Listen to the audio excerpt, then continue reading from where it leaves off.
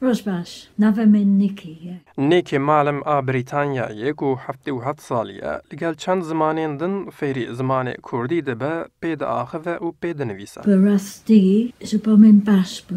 پشتی ایریشا صدام حسین آل سر کردن باشور کردستان یا سال 1991 کل دنیای دنگ وده نیکی معلم بالا خیلی ده سر پیاتین کردان و چند زمان کردی. کردن عراق جه صدام حسین دروینن او کس بچیبون که دمکو جه هلیکوپتره خوارنه دانوان من دسپیکر جبا کردن دعا بکم جبا ویکه من حوده کردی به علمم.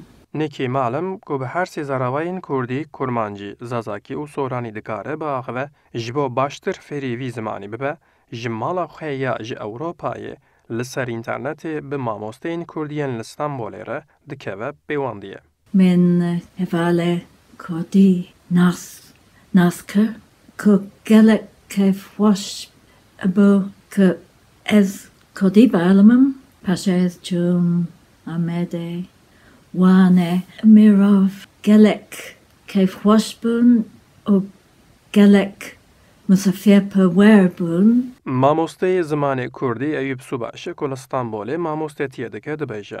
لگل کردن گل ترکیه جه پرورده یا به زمان زکماکی بپارن جه اوروپا امریکای حتی زلندا نو وک نیکی معلم گلک خلقین بیانی جی تدا 3000 کس سریل کورسا کردی دانه.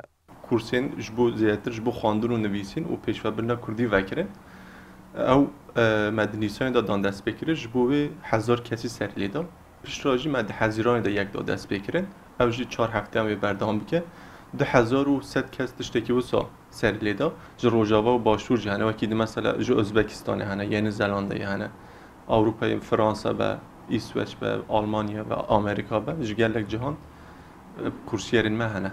علاقه ملتین بیانی با کورسا زمان کردی که جهیلا 25 سازین کلترین کردان و هاتیه دست بکرن هولین با فیرکرن زمان کردی جی زیده ترد که و او جی لقادا نو دولتی با ناسینا کلترا کردی وک فرسنده که دینیشاندان.